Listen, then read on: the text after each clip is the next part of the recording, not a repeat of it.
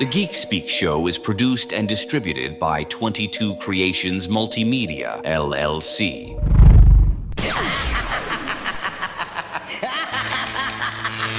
Welcome to one of the longest-running geek culture podcasts. What you talking about?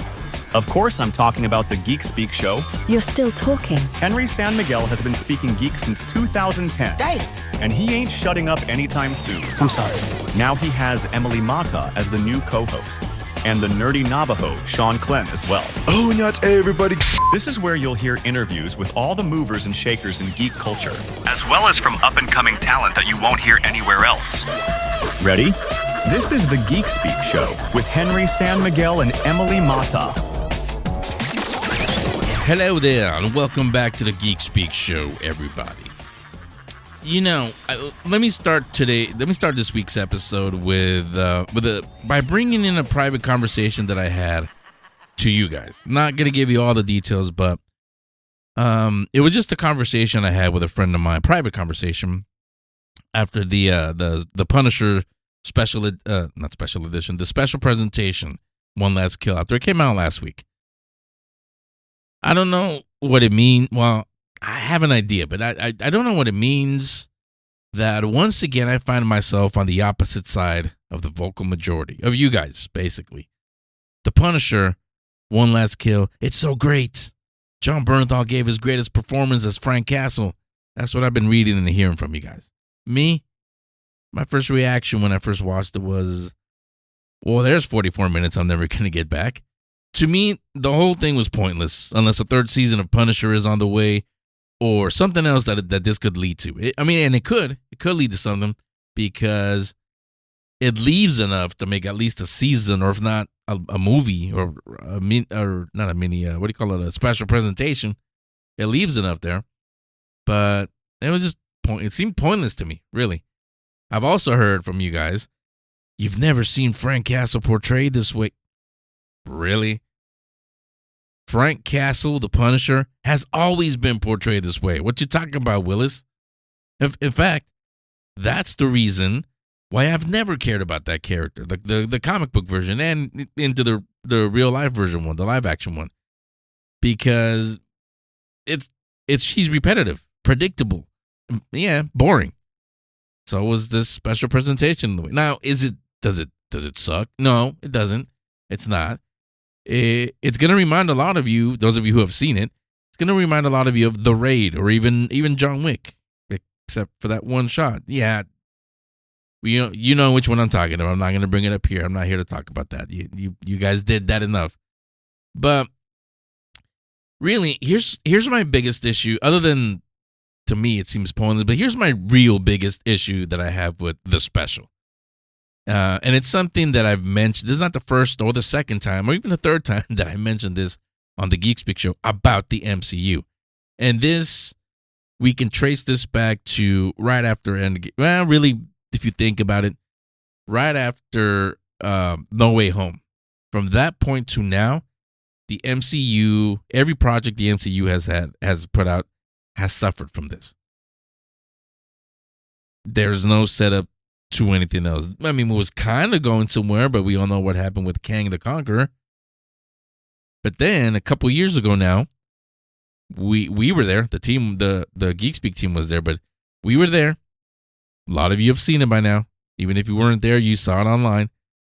You saw RDJ come out in Hall H, remove that mask, and tell everybody, new mask, same task. The Russos and Feige told us Doomsday's on the way. Dr. Doom is coming to the MCU. From that point, again, 2 years now, to now, there has been zero setup other than one short little post-credit scene, and that wasn't even RDJ. We assume it's him. We just saw him from the back, but it didn't really set up anything. It's just, we think, Dr. Doom kneeling in front of Franklin Richards. Okay. There's no mention of him anywhere. There hasn't been a mention, not even a hint of him anywhere. But we all know what's coming this December. And I know you all want the trailer, but it's coming. We're going to be bombarded with Doomsday stuff. In fact, in September, we're gonna, and I'm gonna call it this. I know Feige's probably not gonna like it, and nobody's gonna like it, but it is. That's exactly what it is. You can't deny it. We're gonna get Avengers Endgame Special Edition in theaters, and Special Edition because it has new footage that's gonna connect it to Doomsday. And if you really think about it, without rose-colored MCU fan glasses, that's not a very good setup for Doctor Doom, for what these two movies are supposed to be. So again, that's my issue with this Frank Castle special. Like, what is it setting up? Yeah, I know it's a standalone, but can the MCU really afford standalone projects at a time when you're about to launch these two huge projects and there has been no build up to it? You can't just assume that people are going to show up based on RDJ's reputation and Doctor Doom, the character's reputation. I mean, they probably will. Okay, who am I kidding? You will because of that. But then the complaints are going to start when you really watch the movie and the excitement is like, oh, there he is. And then now you're settling back in the theater and you want a story, and suddenly the story's not really making sense because there's been no setup. Are you really going to be satisfied then? See, again, that's my problem with these things. It's the presentation is. I like that it's short. I know I said like it's pointless, but I like the fact that even though it's pointless to me, at least it was short. I didn't have to sit there for 3 hours and just watch the Punisher again do what the Punisher does. I mean, that's all he does every time you see him. So I don't know why everybody's like, oh wow, this is great. I've never seen. You've never seen this before? I guess you've never seen the Punisher then, or read a Punisher comic book. That's all he does. But that's my issue with the special presentation. Again, another MCU project that doesn't set up Doomsday. I'm telling you, I know you're all going to show up. Most of you listening to me right now, you're going to show up in December. I know that.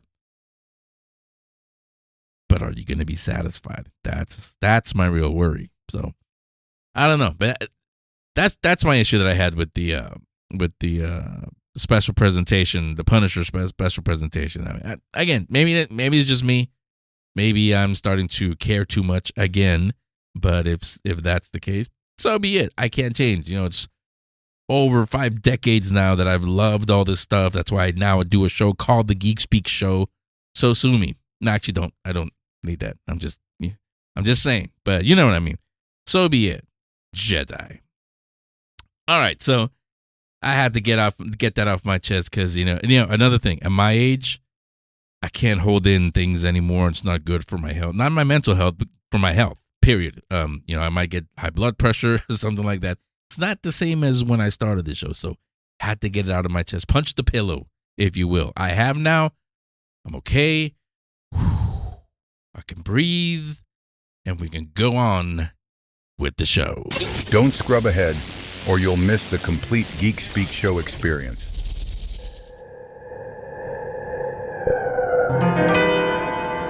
As the nights begin to get longer, a little colder, and the calendar prepares to move into the fall, there will be a gathering.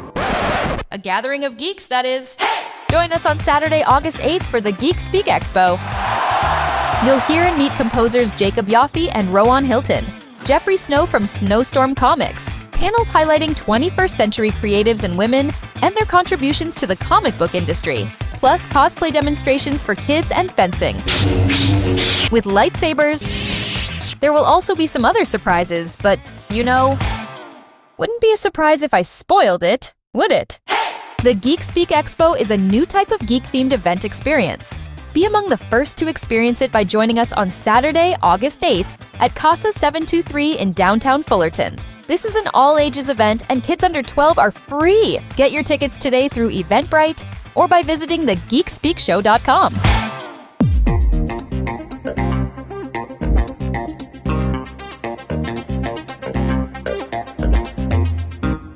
We've been speaking geek since before GTA 6 was... Oh, never mind. Now back to the Geek Speak Show. Okay, So if anybody asks you who you're going to call, I think you know the answer, right? Yeah, you do. You just said it out loud. I know you did. But what if I was to tell you that there's a story about the Ghostbusters that you didn't know about, but now you can watch it, and for free in 2026? I think that's the magic word. No matter what we're talking about, free. Now I'm talking about a Ghostbusters fan film made by the Oliver Springs Music Club, and it's directed by Kevin Croxton, called Ghostbusters Half-Life. It's now available to watch on YouTube, and yes, there's a link in the show notes and the description. So everything is in there for you, so you guys can go and watch it if you haven't yet. Joining me today is Kevin Croxton. Welcome, Kevin. How are you? Doing great. Thanks for having me. Yeah, thanks for coming on. So let's start actually with, again, don't spoil it. There's nothing really to spoil, but don't give out any surprises or anything. But just tell everybody, what is the film? What is Ghostbusters Half-Life? What's it all about? Well, first of all, it's a tribute to the series, and it has the vibe of the classic Ghostbusters 1 and 2. It has more of that vibe. Set in 1994, and it's an original story, but it's kind of, and I'm not going to give it away, but it's kind of a little bit of a bridge in between Ghostbusters 2 and Afterlife. Kind of fills in some gaps that explores some things that people might be curious about, and so the Ghostbusters, the basic story is and you can tell from the trailer, there's a strange box in the middle of, I'm not going to tell you, in Tulsa, and the Ghostbusters have to go across country to shut this box because it's drawing ghosts from everywhere and causing all kinds of mayhem. Yeah. And so. Yeah, and already those of you that have watched it and seen the trailer and you're hearing, you mentioned Tulsa, you see the connections to Afterlife. I'm assuming that's why you called it Half-Life, because there's two meanings. There's two. It's a double entendre. Yeah, there's Half-Life. Because it's not really halfway in between, but it's in it's in between. You know what I mean? Yes, that's one reason. And then there's a mention of well, I don't want to spoil it, but when Egon in the middle of the film is talking about what would happen if this box was not shut, and there's a mention, another mention in a different way. But yes. Yeah, it's one of those. If you've watched it, you know. Yes. So when did you get the idea for this movie? Well, the movie previous was we did an Indiana Jones film, and after we did that, I was like, man, what can we do next? Because it's like, how are we going to top this one? I mean, we had a cameo from Karen Allen in our Indiana Jones film.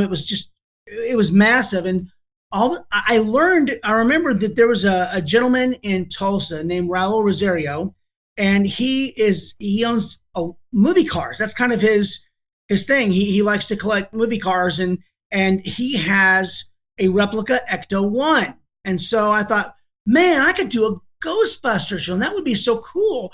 And so I reached out to him with the idea, and he's like, man, I'm all for that. Let's do a children's fan film, Ghostbusters.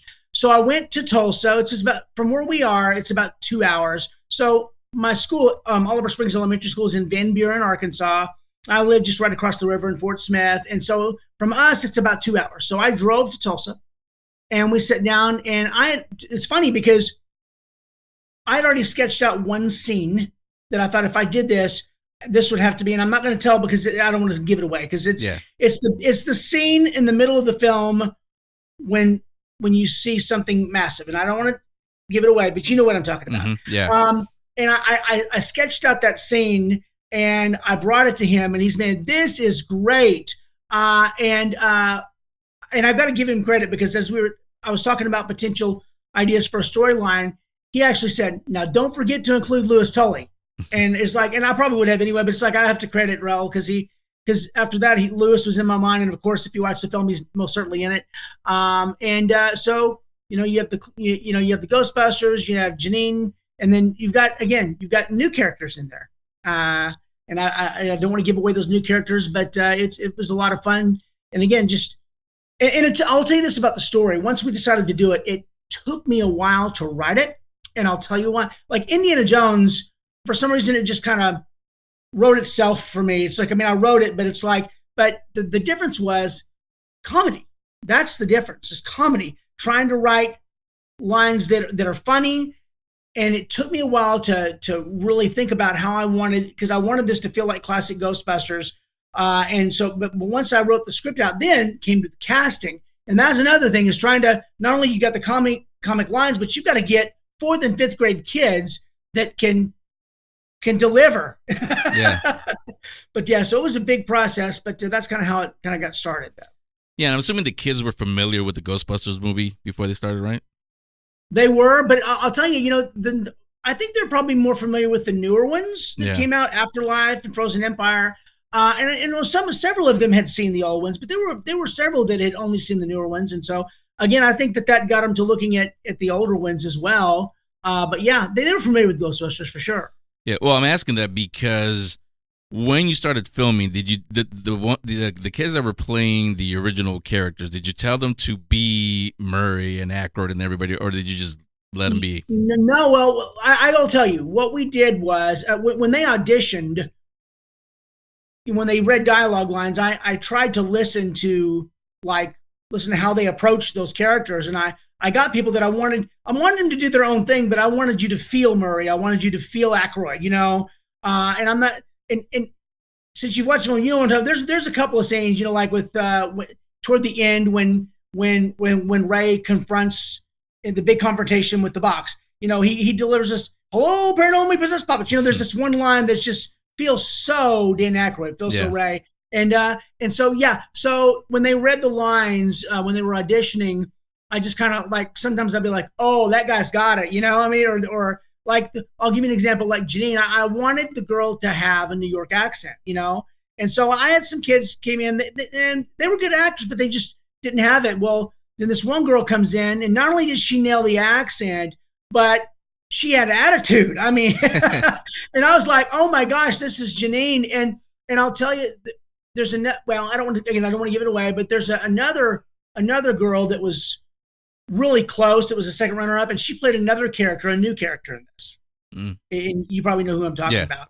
But again, I want people to watch to get to meet that character. It's a lot of fun. So, but yeah, no, I was really pleased. And let me I'll tell you something that we do that's a little different, or we have done up to now. Because we're in elementary school and I'm an audio person, I'm really picky about my audio. And I've seen a lot of fan films and some are really good, but sometimes some of them, the audio may not be the cleanest, and that's really important to me.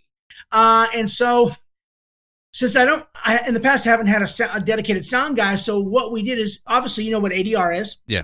Think of my process as a reverse ADR, okay?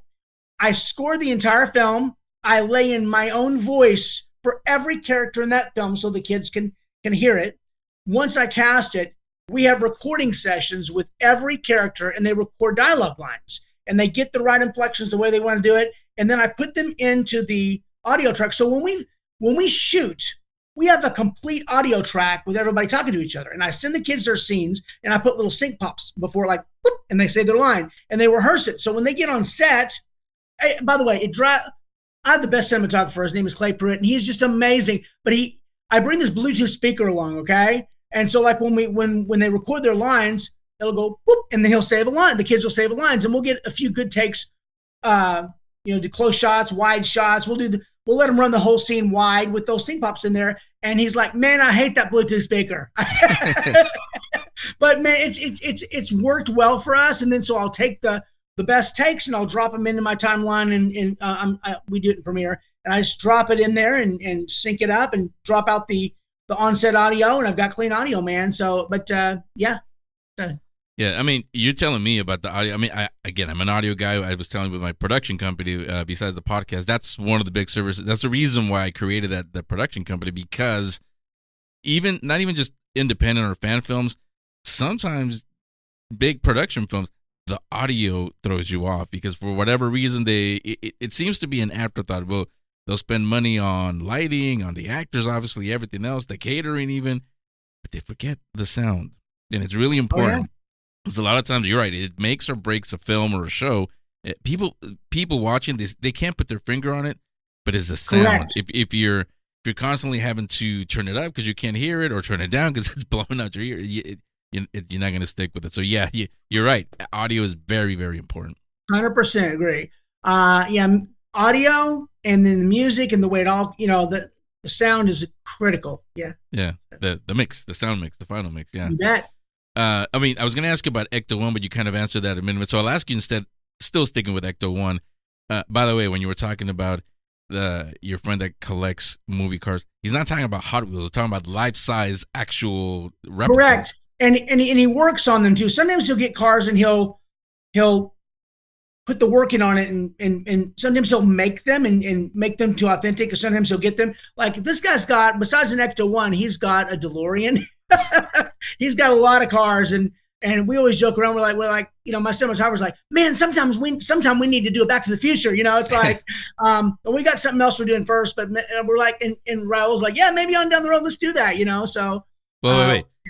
I hope I'm not giving anything away, but does he have a Knight Rider, a kit? You know what? I don't know. I don't think he has a Knight Rider. Okay. I'll tell you what he does have. Well, he hasn't done it. One of the things that's on his property, he's got like a Volkswagen, like a motorhome. He's if you're familiar with Stripes, and obviously, we remember the EM50. Mm-hmm. So he's got a vehicle that eventually he's going to convert to an EM50. Okay. And every time I've been over there a few times, I'm like, "When are you going to do it?" And he's like, "I don't know. It's just it's like a project, and I can tell where it's going, but that'll be cool when he gets that done." But yeah, he just loves cars. I mean, he's got something from Jurassic Park, maybe one of the Jeeps or something. I can't remember, but he's got a lot of stuff there, and it's pretty cool. He's a cool guy. Well, what I was going to ask Ecto 1, and you guys listen to those and watching those, you'll see it in the film when you watch it.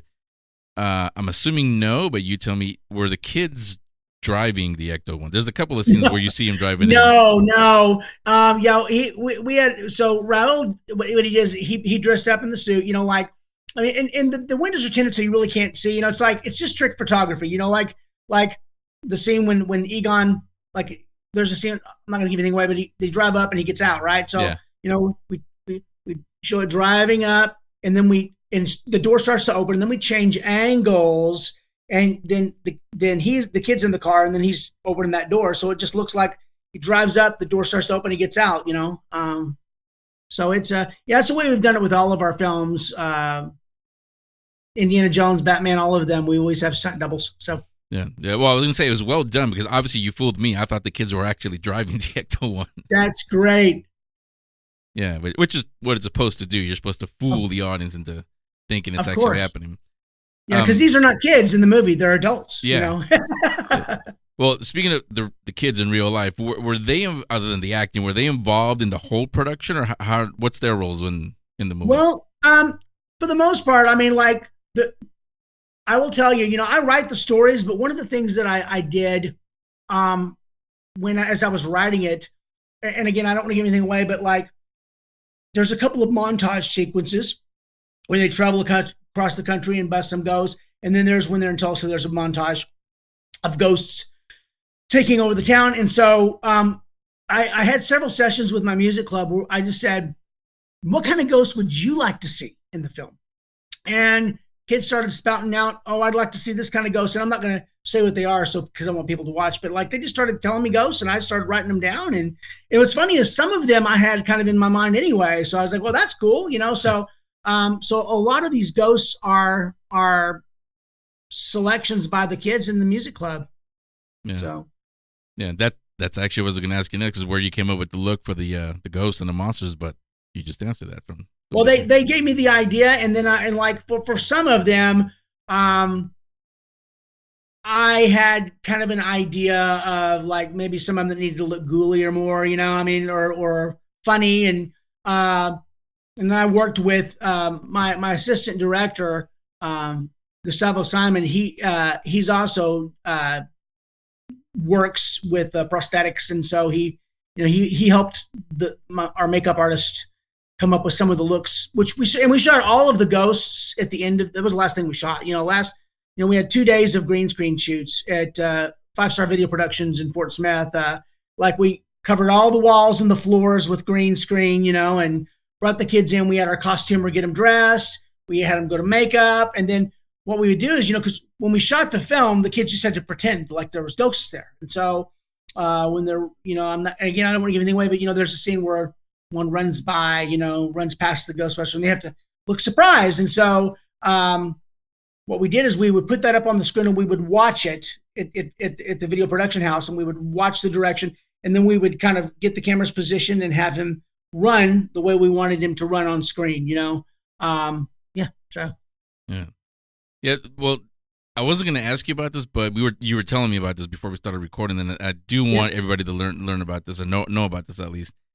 Is when you watch it, when all of you watch it, and we've all seen fan films and indie films, and sometimes you can tell that there wasn't, much of a budget. On this one, even though it is a student film, it's kids, it looks like a big budget film. So what kind of budget did you have, and how did you get it all done the way the final film looks? Well, the kids, every time we do one of these films, the kids do fundraising. They go out and go out into the community and ask people to donate, and they raise, and we usually do 2 years, because I have the music club for 2 years. When they audition for music club and they get in, it's a 2-year process. The first year is kind of a playing year, and the second year is a production year. And both years they end up raising funds. So you take all of the funds that they raise plus donations from businesses. We had a bank donate. We had just different organizations come together and I'll contribute too. And it's like all together we spent on this Ghostbusters over $20,000. And of course we've done this for many, many years. And when it started out, it was way less, but it's just grown. I mean, the support from the community has been tremendous. They've watched our films grow, and the production values get higher, and it's just people want to help. It's been pretty amazing. And parents too, we had 60 kids in music club, and we had a lot of parents, and they would contribute. In fact, there's, again, don't want to give anything away, but there's a scene where they go to this hotel, and the front of this hotel, this big awning and stuff. I had a former music club parent that works for a plastics company, and it was still heavy, but he was able to construct that entire thing, and we had a team of parents that just assembled it all, and it was pretty cool. It's just amazing that all these, again, you get these parents that have different talents that they bring into it, and sometimes we also had a makeup artist that helped as well, and it was cool. Yeah, and I'm sure those parents, like all of us listening and watching, that they're Ghostbusters fans, they're Indiana Jones fans. You even did a James Bond one, so they're fans of that. So they it's their kids, but added the fact that it's something that they like, that they grew up with. So yeah, it's for sure. Yeah, and I'll tell you, it's every time I do one of these films. One, I mean, it's obviously a blessing for these kids to get to take part in something like this, but the parents have a lot of fun. They have fun working with their kids, and we all get to know each other real well and spend a lot of time together. We like this particular group, we spent north of here about 2.5 hours. There's a hotel, and it's kind of known as a kind of a haunted hotel, and they gave us a real good deal. And we stayed up there for 3 days to shoot all the inside shots, and man, we just had the most fun together doing that.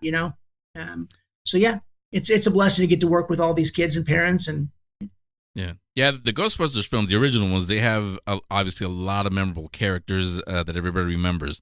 One of them, even though he's kind of the villain, if you will, is William Peck. He actually, not that character, but the actor who plays him, William Atherton, he's in this movie. He has a cameo. So how did that happen? How did you get him to do that cameo?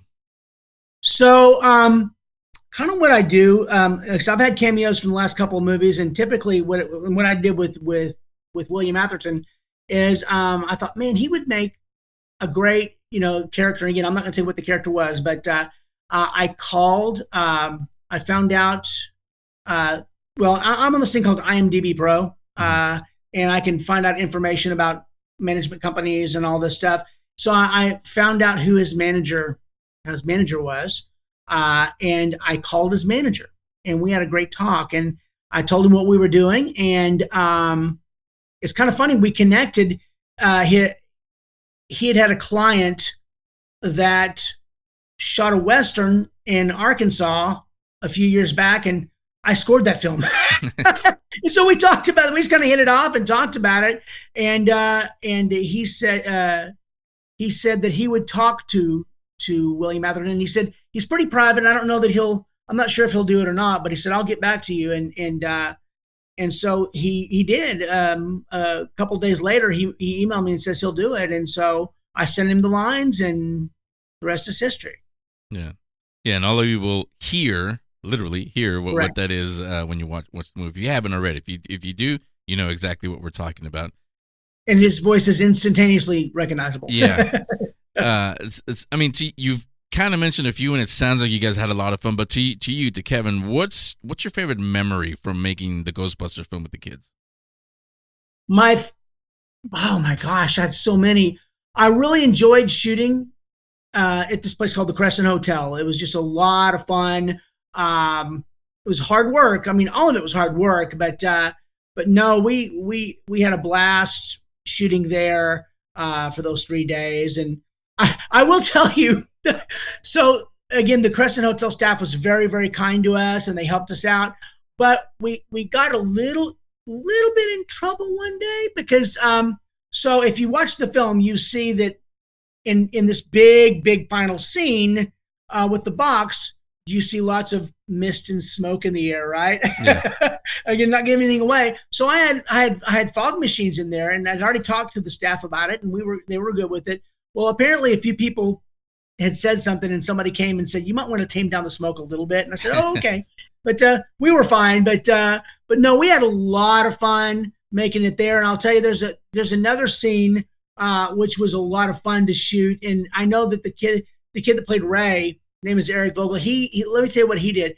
He you remember the scene in the cafe with one of the ghosts? Again, I'm trying not to give anything away. Where he sits down across from the ghost and distracts him while they slide the ghost trap. Anyway, and there's a scene where he's just like, the smoke's rolling up and from him, and he had a blast. That was his favorite scene to film, and that was a lot of fun. That was fun to watch that come together. So, man, there's just so many memories. Did a lot of when you watch the travel montage, there's a lot of aerial shots of the Ecto-1, and like actually the kid that played Ray, his father drove a truck, and what we did is we got into the bed of this flatbed truck, and as the Ecto-1 drove, we just kind of drove, and my cinematographer had the remote, and that was a lot of fun following the car and getting those shots. And man, we were really pleased with how that turned out. So yeah, just a fun process. I'll tell you one thing that was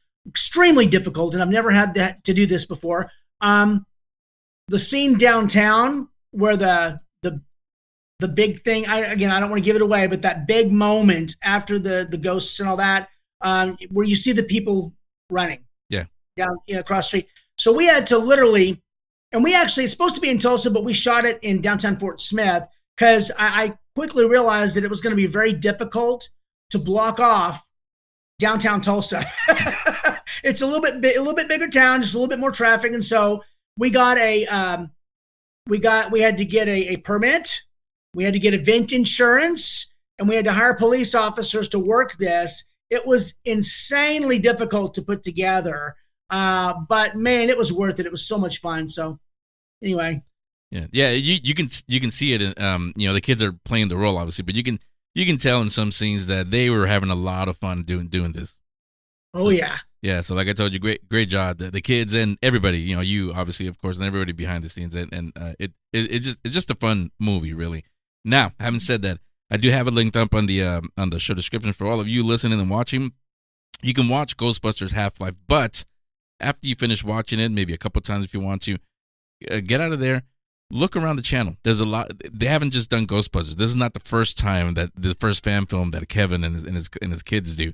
There are some other ones that this audience for sure, properties that this audience loves. Indiana Jones, I mentioned, James Bond. There's a Star Wars one. There's a Star Trek one. Yeah, it's on there now. I know this one kept you busy. If you even started thinking about it and you want to tease, have you thought about what might be next? I know exactly what's next. I wrote the script last summer, and so let me tell you, I'm doing something different for the next one. And I hate to say it, it's not going to be a fan film for this next one. Now, we may go back to it, but I had this idea. I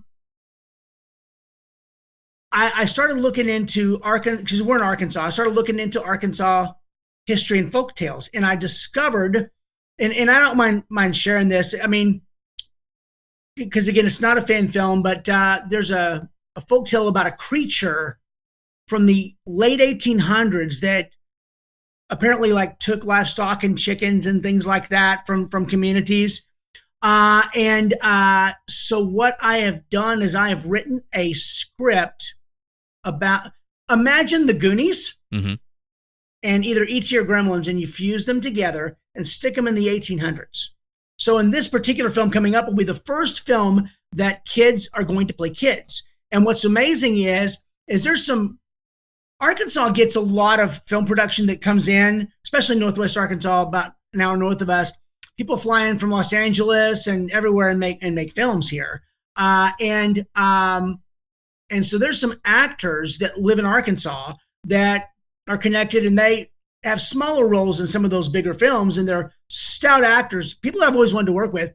Well, I got 4 adult actors that are amazing that are going to be co-stars with the kids in this. And so it's, again, we're into uncharted territory, but super excited about it. And I will tell you this, we're actually trying to raise a little bit more money. We're going to try to get up to $30,000 because we want to hire a bigger crew, and we want to have a dedicated sound guy, because we want the kids to not lip sync. Like I was telling you about how we do the reverse ADR, and the kids, we pre-record all the dialogue, and then they lip sync on set, speak along with it. But this one, we're going to try to do it regular, because I think that adult actors probably won't want to lip sync, so we're really excited about this. It's going to be, just from the script, I haven't storyboarded it yet, but the script's all written. I got an amazing costumer that's worked on the last 2 films, and 1800s is her jam. I mean, that's her thing. And so it's, again, we've got a great crew we're building, and we're going to shoot it probably next spring.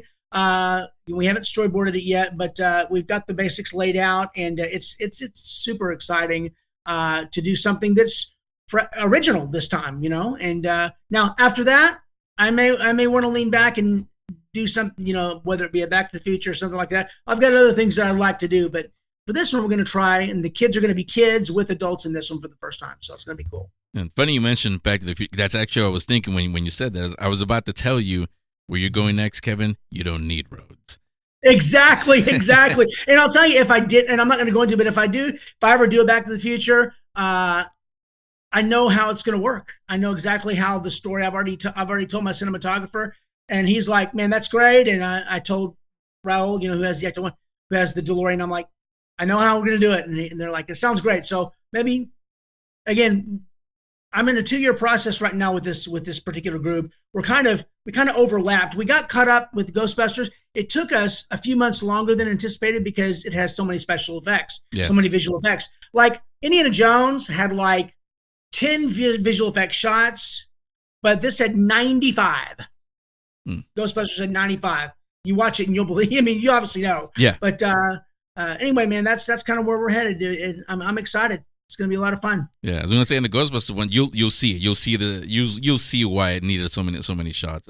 Definitely. And again, if you haven't seen it, it's linked up on the show description. Let everybody know, website, social, everywhere they can follow you guys, so they know what's coming up next from you guys.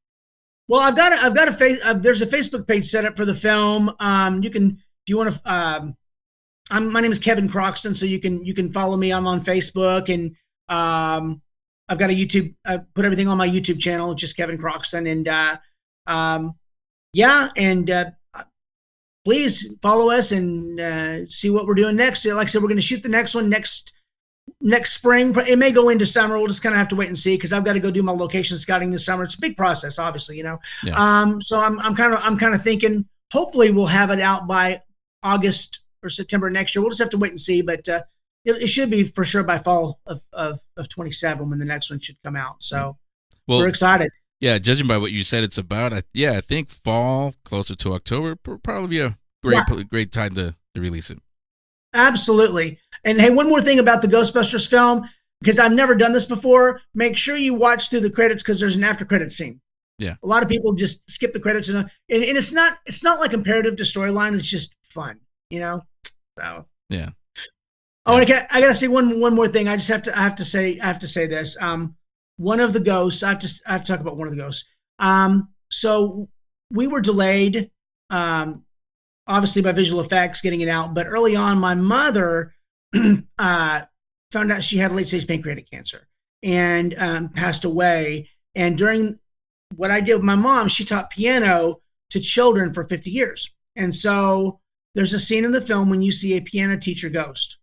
That's all I'm going to say. I just have to say that because I asked her if she would do a cameo in our film. And so she came down to 5 Star Productions. We set up the green screen and shot her part like months and months and months before we ever started shooting.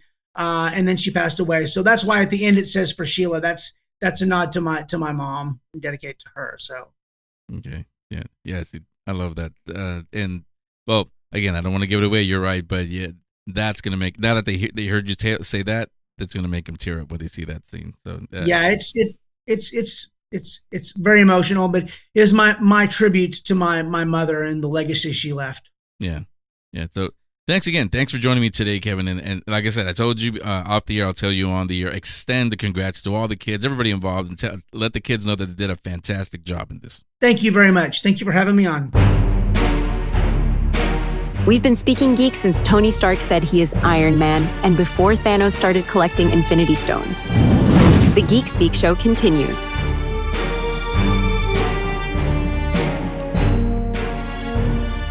Okay, so I'm gonna bring in. Well, I was gonna say everybody, but we're gonna be missing Sean Clenn. You'll figure out why in just a second. But Emily is here, and you haven't heard them in a while. We've done the couple of issues of the day, and the usual voices, obviously us, are here. But we've been missing 2 voices. That's Trent Tucker and Mark Pope from Geek Off the Street. So, yes, I saw your slides into my DMs and messages like, hey, do they not want to do it anymore? Are you guys beefing? No. Why is everything got to be beefing when somebody doesn't do something? We've just been busy, that's all. But to prove that there is no beef, no steak, no anything, no kind of meat here. Well, here's Emily, of course, but here's also Trent Tucker. Hey, what's up, Trent? Hi, Henry. How are you? Oh. No, he is really here. What's up, Trent? Hey, Henry. Hey, Emily. How are you guys doing? Good. Good.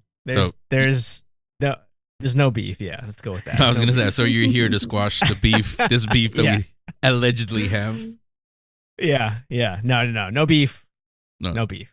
No, I mean, seriously, don't, well, yeah, I can say don't start something, but of course they are. It's 2026. But yeah, we've just been busy. That's all. But I wanted to get you especially, Trent, because you've talked about this before on the Geek Speak Show. You've talked about it definitely on your Geek Off the Street episodes. When it was on Netflix, The Punisher, you talked about it then you were hesitantly excited, we'll say, when it was announced that it's coming to Disney Plus. And I remember, did you like the first season or no when it came out on Disney Plus? Of the Disney Plus versions of Daredevil? Yeah. Absolutely not at all. Yeah. So and then when we got those, there was a character that I think we had seen for a while. I think they had their own also on Netflix, but as a Punisher, the one we're talking about. Obviously, we had a special last week. You've all talked about it. You heard what I had to say about it in the beginning. So now I'm gonna open up the floor to both of you, Emily and Trent. Usually Philip Cohen's here, but how do you want to do it? You want to ladies first, or who goes first? Yeah, let's go. Okay. Yeah.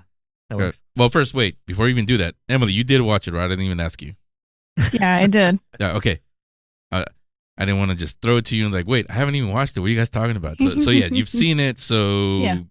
And I didn't tell Emily. We didn't talk. I don't know what she's about to say. What'd you think of it? Man, I thought no.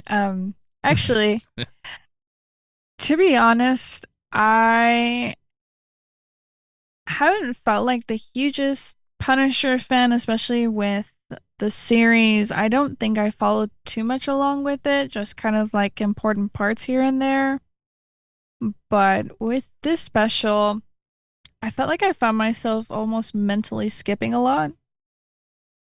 It was all these like different sectors, which it was great, the action of it, and I think that's why a lot of people really enjoy the Punishers for the action.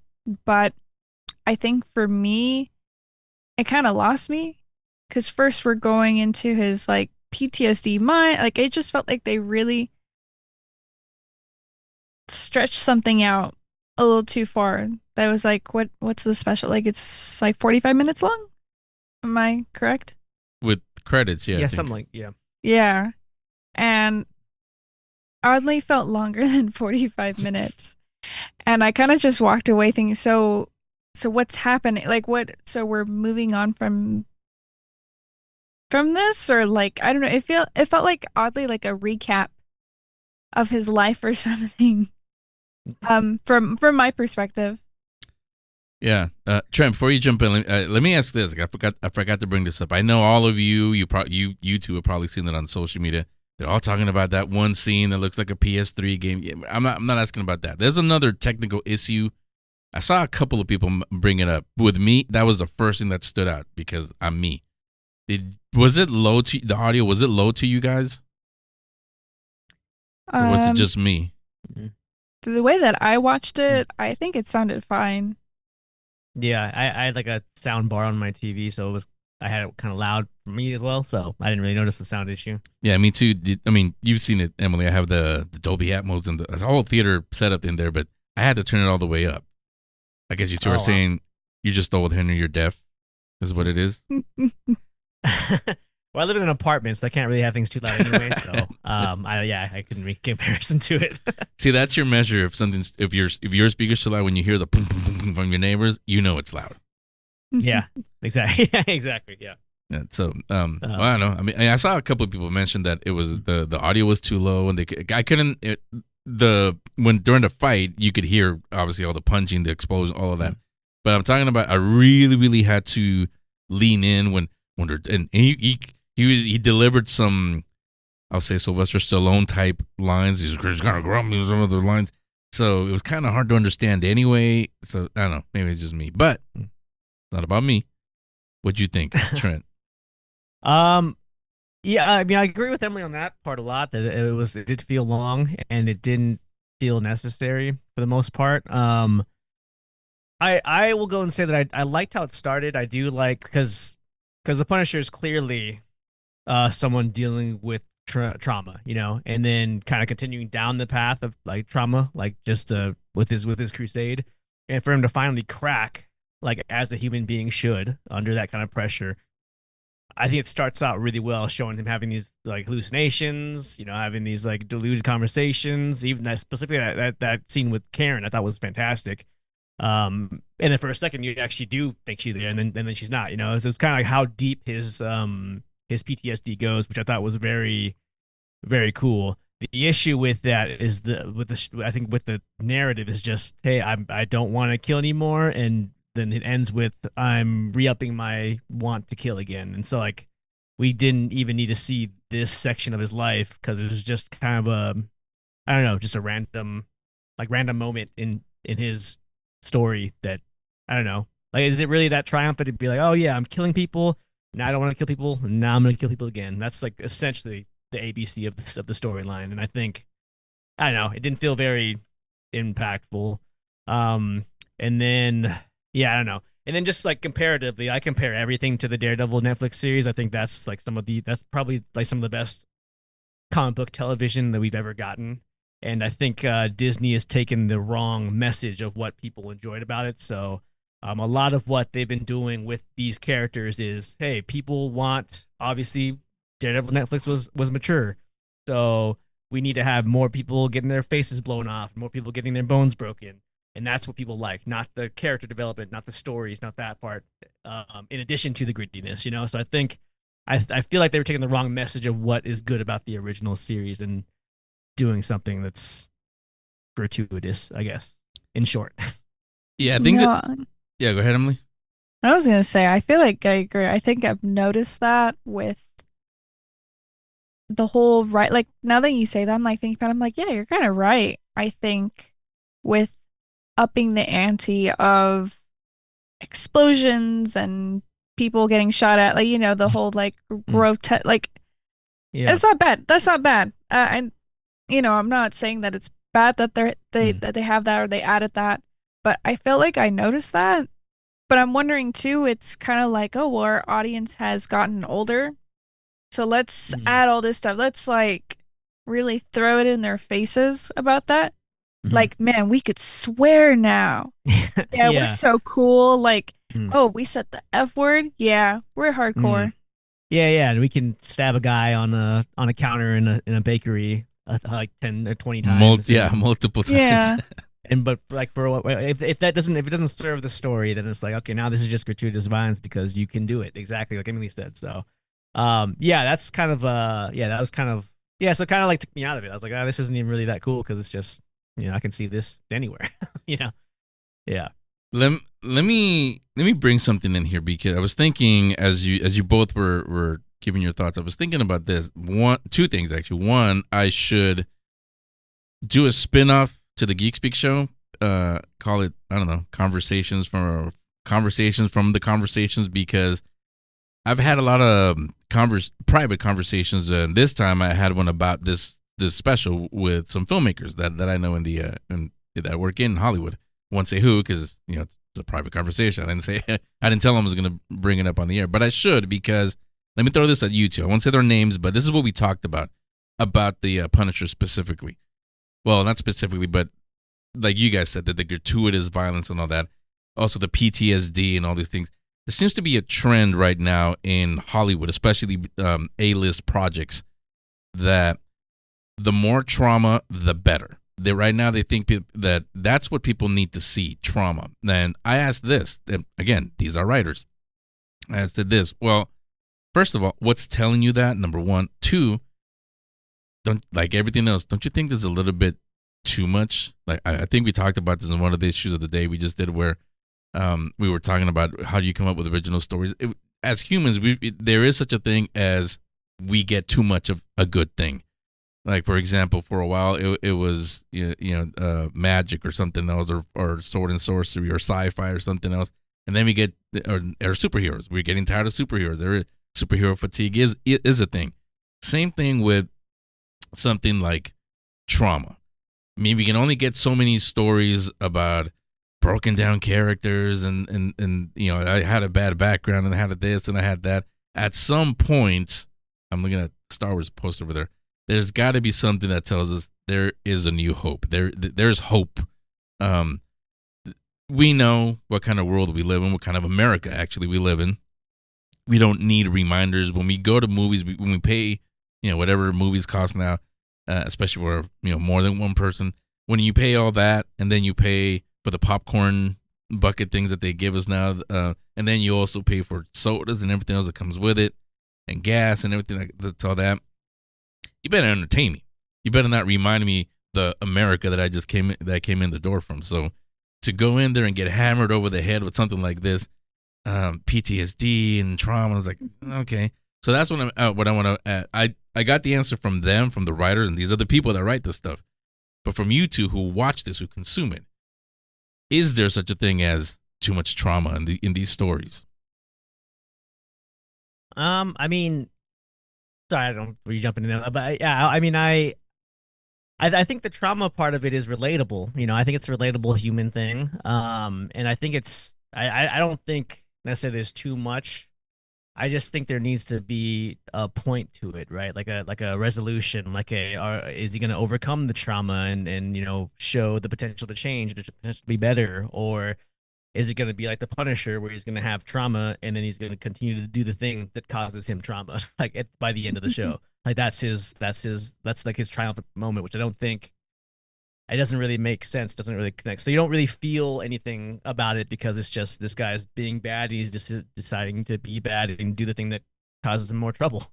So I think the trauma part isn't the issue. I think it's how it's resolved and how the human spirit overcomes it or doesn't, I guess. But yeah, I don't know. I know you and I have a little bit of a different opinion on how we have to be entertained, Henry, but I think I want to be told a good story where characters change, and yeah, this didn't do that, I think. No, I feel like Marvel and DC have sort of switched personalities in a weird way. Because I'm like thinking, oh man, we're getting like really brooding with Marvel at the moment. I'm like, we have Spider-Man, brand new day coming out. And don't get me wrong, I'm happy to see Spider-Man being miserable. That's his thing. That's his thing, is being miserable. Yeah. But and it does get to a certain point. It's like, man, like, do I walk into a theater and it's like I watch about how life is miserable, but I flip it on the other side where DC's doing with Superman, and that took like the world by storm. It was all about this. It was hope in a can, and everybody was drinking it. It was great. Everybody was like, "Man, you got to try this. You guys, you got to like take a little bit of that." But I don't know. I think they've really switched personalities. But I love Spider-Man, what he's doing. I love that we're, I guess, trauma and miserableness. But I think in the state of the world that we're at, I think I want a can of hope. But I just like to watch the world burn. Watch. It's like that because Superman is punk rock. Nah, don't even give me started on the punk rock portion of that movie. That's what I meant by burn. I was pulling the trigger, see how you would react. Yeah, I don't know. I guess you must have heard our episode. Me and Mark had a big argument about that punk rock part. Yeah. Yeah. Well, you said it here too when you came on here.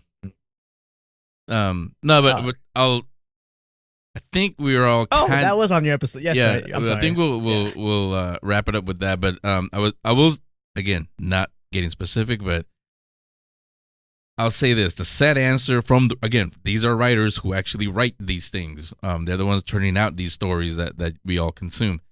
Their answer to all this, after this conversation we had, so you two gave a thought out answer at least. Their answer, and I kind of get it, but their answer was, as long as it makes money, we're going to keep writing it.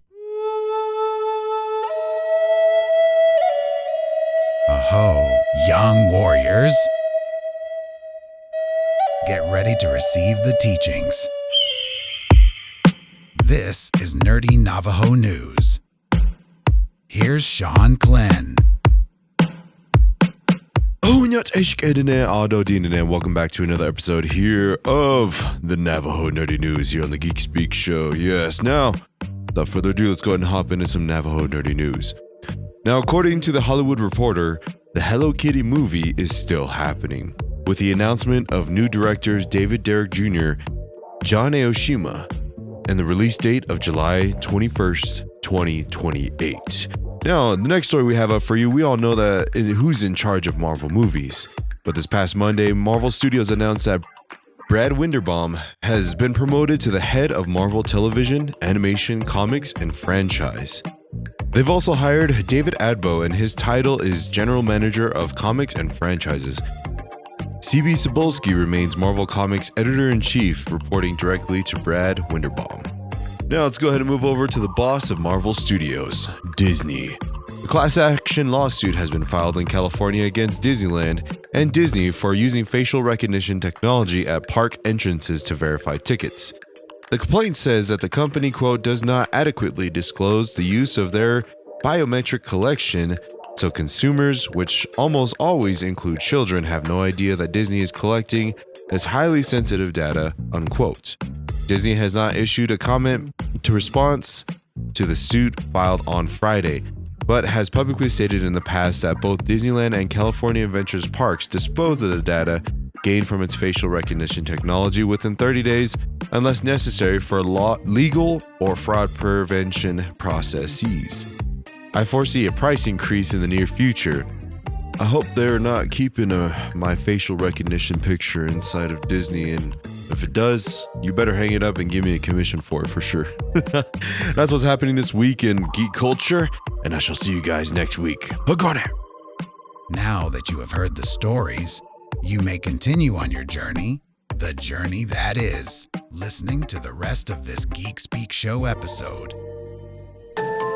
Sci-fi, fantasy, horror, and supernatural, comic books, graphic novels, ebooks, and ongoing or new series. You'll hear them all right here on the Geek Speak Show Book Club.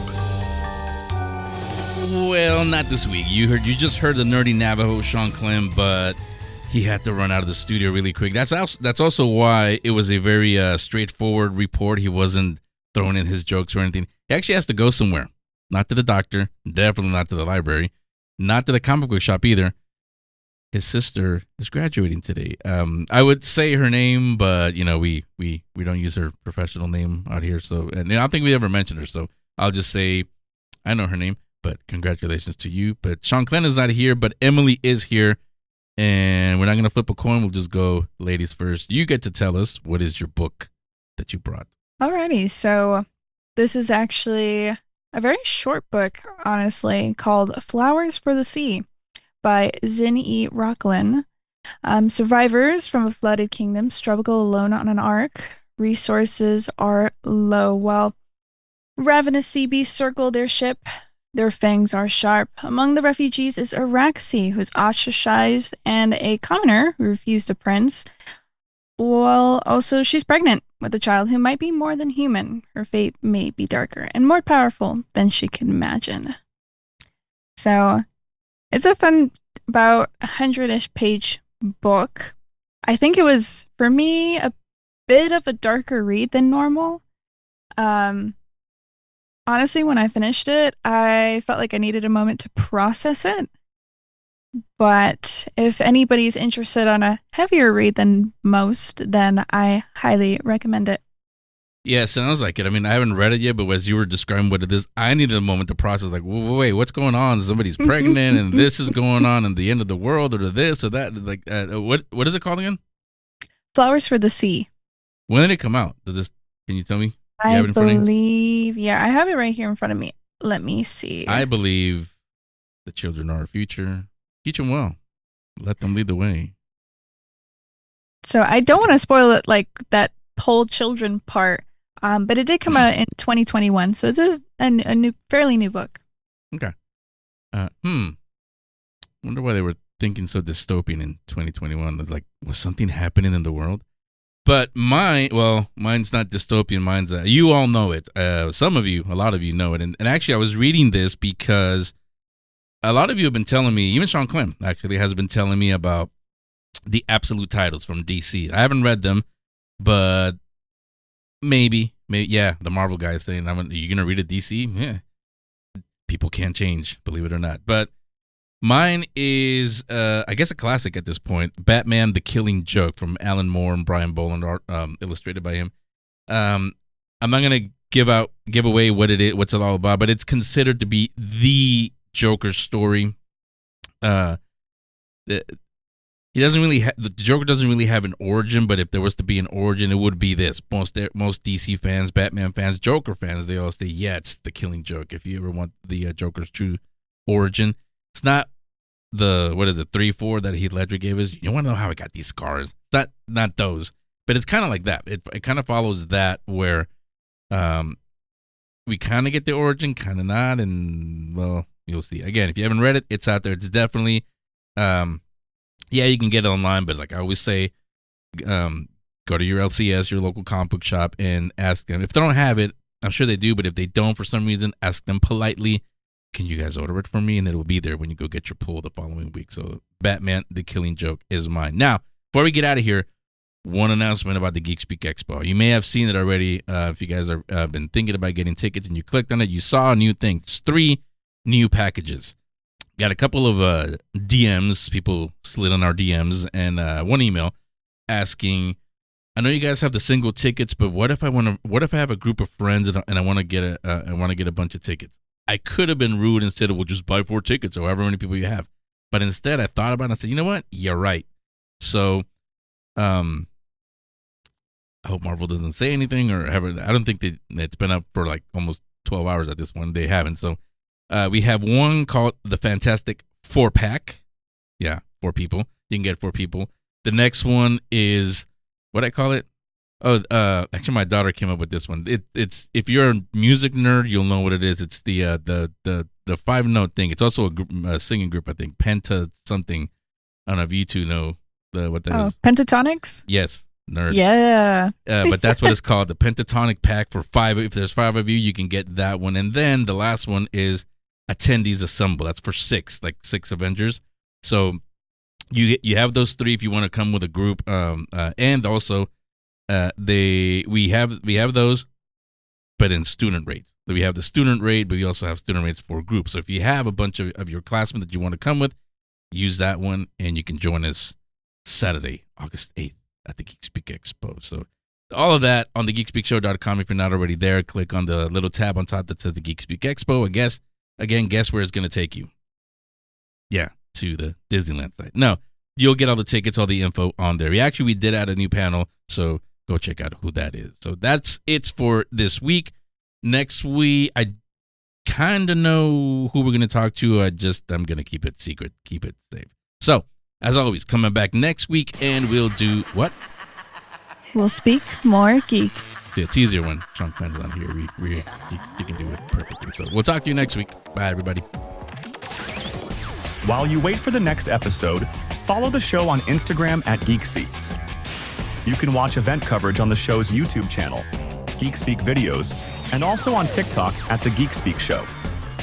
Learn more about the show's upcoming live event, the Geek Speak Expo, at the official website, thegeekspeakshow.com. The Geek Speak Show will return in Avengers Doomsday. No, actually, they won't. They'll be back next week to speak more geek. The Geek Speak Show was produced and distributed by 22 Creations Multimedia, LLC.